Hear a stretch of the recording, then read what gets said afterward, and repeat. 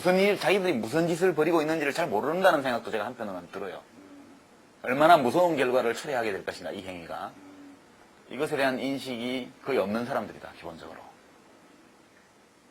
저는, 저 같으면 개인적으로 노 후보가 낙마된다면, 정말 이것을 낙마시킨 그 배신자들을 응징하는 운동을 할 거예요, 저는. 좀 솔직히 말해서 386 국회의원들도 몇 있잖아요? 뭐 하는 사람들이냐는 거예요. 지금 상황은 이런저런 권력이동과 그걸 둘러싸고 있는 정파 간의 대립의 문제라기보다는 옳고 그름의 잣대를 대가지고 판단해야 될 상황으로 이미 와 있는데,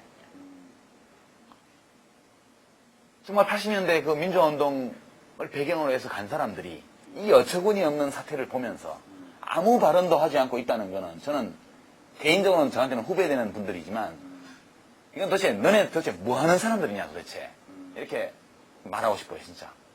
이거는 정말 배신행위다, 이건.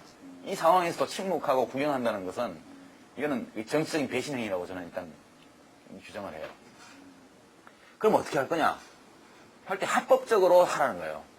지금 당헌 당규상 대선 2달 전까지는, 늦어도 2달 전까지는 선대위를 구성하게 돼 있는 거 아니에요. 선대위를 구성하면 인사재정을 포함해서 모든 권한이 후보에게로 넘어가고, 당의 일상적인 의사결정기구가 다 정지되는 거 아닙니까, 권한이.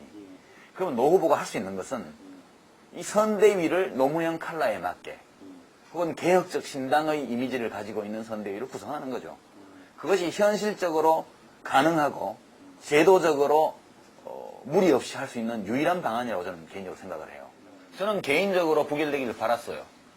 왜 그러냐면은 김 대통령이 이 사태를 어떻게 받아들일지 모르겠는데, 지금요 사실은 제가 대통령이면 하야해요. 무슨 부귀영화를 더 누리고 무슨 애국을 더 하겠다고 지금 청와대에 있는 겁니까? 무슨 영이 섭니까, 대통령이 지금? 아들들 때문에 저렇게 됐는데, 아들들 때문이 대단한 문제, 특히 둘째 아들 그 홍업 씨 문제 같은 경우에는 그건 김대중 대통령 책임이라고요, 기본적으로. 근데 그거에 대해서 김 대통령이 밝힌 입장이나 이런 것들을 볼 때, 저는 김대중 대통령이 정상적인 판단력을 이미 잃어버린 사람이다. 대통령 자리에 있지만 실제 통치하고 있지 않다. 그냥 비서들이 통치하는 거다. 이렇게 지금 생각을 해요. 그러니까 노 후보가 기각 전에 총리, 그 다음에 그 법무부 장관, 행자부 장관 등등 선거와 관련돼서 한나라당에서 문제 제기를 할 수 있는 지위 직책의 경우에 미리 추천을 받아서 해라, 이렇게 권고를 했지 않습니까? 깡그리 무시했죠? 그 결과가 이겁니다, 지금. 그리고 장 총리설이 지명자 지금 부결됐으니까 장상 씨의 경우에 저는 그 사람이 특별히 도덕적으로 문제 있는 사람이라고 생각 안 해요. 그것이 대한민국 주류의 삶의 패턴을 전형적으로 보여주는 분이에요, 그분이. 다들 그렇게 산 거예요, 지금까지. 그러니까 이런 논란을 피하고 무난하게 그 인준을 받기 위해서는 한나라당과 협의했어야 맞는 거예요, 지금 상황에서는. 민주당과도 협의할 수 있겠지만 기본적으로 한나라당과 협의해야 됩니다. 지금 대한민국을 지배하고 있는 것은 청와대가 아니고 한나라당이거든요. 이회창 총재가 대한민국을 지금 통치하고 있어요, 실제로.